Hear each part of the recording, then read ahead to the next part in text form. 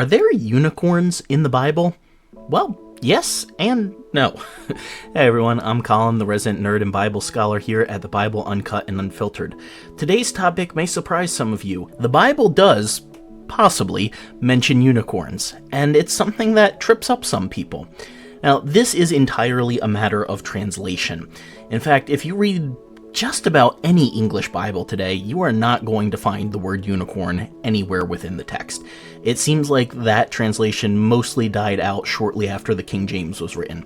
However, it did not originate with the King James. The King James was drawing on traditions from the Geneva and Wycliffe Bibles before it, which were drawing on the Vulgate, the Latin translation, which had the word rhinoceros in certain passages, which we can pretty easily translate over into English as rhinoceros. Rhinoceros has one horn.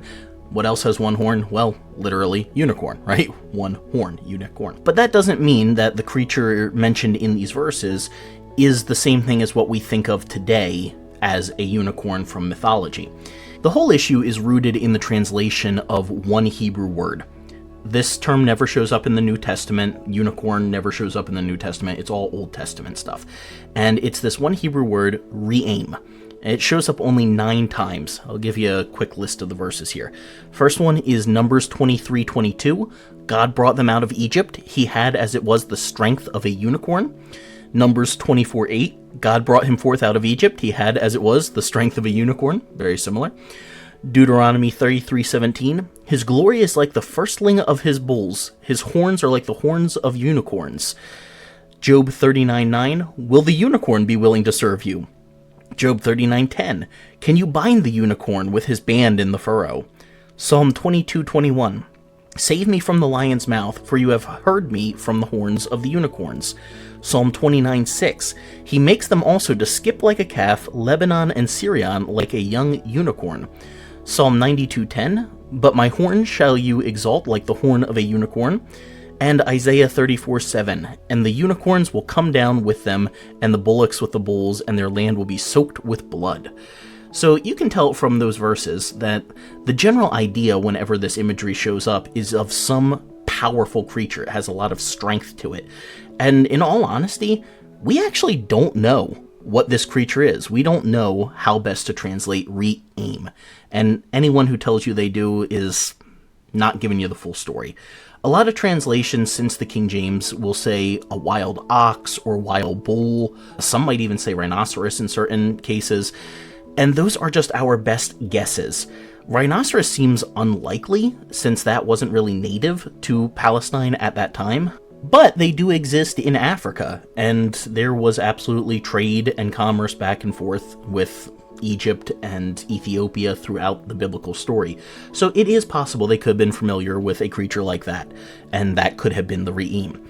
Now, when I mentioned a bull or ox, some of you might be thinking, yeah, but they don't really have one horn. So it's possible that whoever came up with this designation, re'im, thousands of years ago, whoever gave that original Hebrew word to it, it's possible they saw some animal with one horn. If the word does indicate a one-horned animal, that itself is not 100% clear. So they could have just seen an animal that normally had 2 horns and one broke off, and they thought, oh, is that some sort of a different animal because it only has one horn? And that honestly happens a lot. I mean, just look at how many animals we have named in English where the name is not actually representative of what the animal is. You have an electric eel, which is neither electric nor technically an eel. Or like a mantis shrimp, which is neither a mantis nor a shrimp. So it's not outside the realm of possibility to think that the animal could have just been misnamed. It could have been something like an ox or a bull that would have had 2 horns, and maybe just the first one that was ever seen that led to this designation only had 1 horn. We don't know. It's also entirely possible that this could have been referring to some sort of an animal that has gone extinct since the time the Bible was written, and we just don't know what it was. And I'll throw out one other option for you here as well. It could possibly be a mythical creature. It is actually possible that unicorns are mentioned in the Bible. Here's why I say that. If you look back through those references that I mentioned, none of them are in a narrative where, like, the author is saying, so-and-so saw a unicorn out in the field. They're all in poetic passages that are usually drawing on this image of a very strong animal to describe the strength of Yahweh or some other character. And the biblical authors are known for using mythological creatures in their stories, like Leviathan and Behemoth. Even the Nakash in the garden, the serpent.